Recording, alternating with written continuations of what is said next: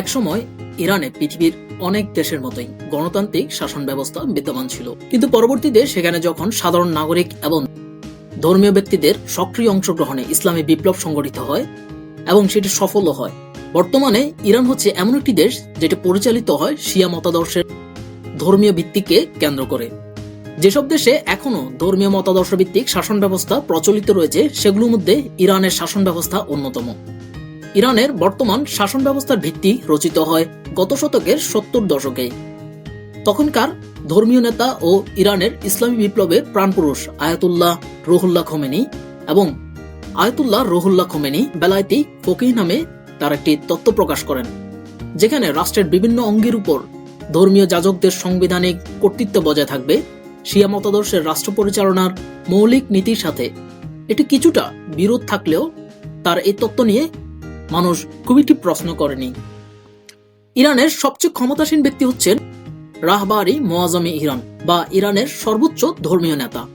তাকে রাহবারি মোয়াজ্জমে ইরানে ইনকিলাবি ইসলামে বা ইরান ইসলামিক বিপ্লবের সর্বোচ্চ নেতা হিসাবেও আখ্যায়িত করা হয়। ইরানের সংবিধানে 111 অনুচ্ছেদের দেশটির নতুন সর্বোচ্চ নেতা নিয়োগের বিষয়ে বলা হয়। ইরানের সর্বোচ্চ নেতা নিয়োগের বিষয়টি দেখভাল করেন মজলিসি খবরিগানি রাহবারি নামে একটি ছোট সংসদ। উল্লেখিত অনুচ্ছেদে বলা হয় যে মৃত্যু কিংবা অসামর্থ্যের জন্য ইরানের সর্বোচ্চ নেতার আসন খালি হয়, তবে উপরোক্ত কমিটিতে অতি দ্রুততার সাথে অধিবেশন ডাকবে এবং যত দ্রুত সম্ভব সর্বোচ্চ নেতা নির্বাচন করবে। 1989 সালের পর থেকে এখন পর্যন্ত ইরানের সর্বোচ্চ নেতার আসন বহাল আছে আয়াতুল্লাহ খোমেনি, যার পূর্বসূরি হচ্ছেন আয়াতুল্লাহ রুহুল্লাহ খোমেনি। 2016 সালে বর্তমান ধর্মীয় নেতা আয়াতুল্লাহ আলী খোমেনিকে পঞ্চম মেয়াদে দায়িত্ব হস্তান্তর করা হয়। তিনি 2024 সাল পর্যন্ত সর্বোচ্চ নেতার পদ অলঙ্কৃত করবেন। ধারণা করা হয় সবকিছু ঠিক থাকলে তার মৃত্যুর আগ পর্যন্ত অন্য কেউ সে পদে আসীন হতে পারবেন না। আয়াতুল্লাহ খোমেনির বর্তমান বয়স 83 বছর। 83 বছর হওয়ায় অনেকেই স্বাস্থ্যগত দিকটি বিবেচনা করেছেন এবং তার উত্তরসূরি কারা হতে পারেন তা নিয়ে আলোচনা করেছেন। বিগত বেশ কয়েক বছর ধরে ইরানের জাতীয় রাজনীতিতে একটি গুরুত্বপূর্ণ নাম ইব্রাহিম রাইসি। তিনি বর্তমানে ইরানের প্রেসিডেন্ট। 2021 সাল থেকে তিনি দেশের প্রেসিডেন্টের দায়িত্ব পালন করছেন। ইরানের বর্তমানে সর্বোচ্চ নেতা আয়াতুল্লাহ আল খোমেনি যে শহরে বেড়ে উঠেছেন, ইব্রাহিম রাইসিও বেড়ে উঠেছেন ঠিক একই শহরে। এছাড়াও তিনি বর্তমান নেতা খোমেনির ছাত্র। একজন সরকারি প্রকৌশলী হিসেবে তিনি পেশাগত জীবন শুরু করেন এবং ইসলামী বিপ্লবিক নীতির প্রতি পূর্ণ সমর্থন পেশাগত দক্ষতার কারণে তার উন্নতি হয়েছে। 2014 সাল থেকে 2016 সাল পর্যন্ত তিনি ইরানের প্রধান সরকারি প্রকৌশলী হিসেবে দায়িত্ব পালন করেছেন। 2017 সালে তৎকালীন প্রেসিডেন্ট পদপ্রার্থী হাসান রুহানির বিরুদ্ধে নির্বাচনে পরাজিত হয়েও 2021 সালে তিনি ইরানের প্রেসিডেন্ট নির্বাচিত হন। অনেকেই মনে করেন বর্তমান ইরানের সর্বোচ্চ নেতা আয়াতুল্লাহ আল খোমেনির উত্তরসূরি হতে যাচ্ছেন তিনি। ইরানের রাজনীতিতে আরেকজন প্রভাবশালী ব্যক্তি হলেন হোসাইন মোহসিন এজিদ। তিনি দীর্ঘ সময় ইরানের বিচার বিভাগ ও গোয়েন্দা সংস্থার কর্মরত ছিলেন। সাবেক ইরানের প্রেসিডেন্ট মাহমুদ আহমেদিনেজাদের সময় তিনি মন্ত্রী হিসেবে দায়িত্ব পালন করেন, যদিও পরবর্তীতে প্রেসিডেন্ট আহমেদিনেজাদের মত দৈত্যতা ও বেশ কিছু কারণেই তাকে সরিয়ে দেন।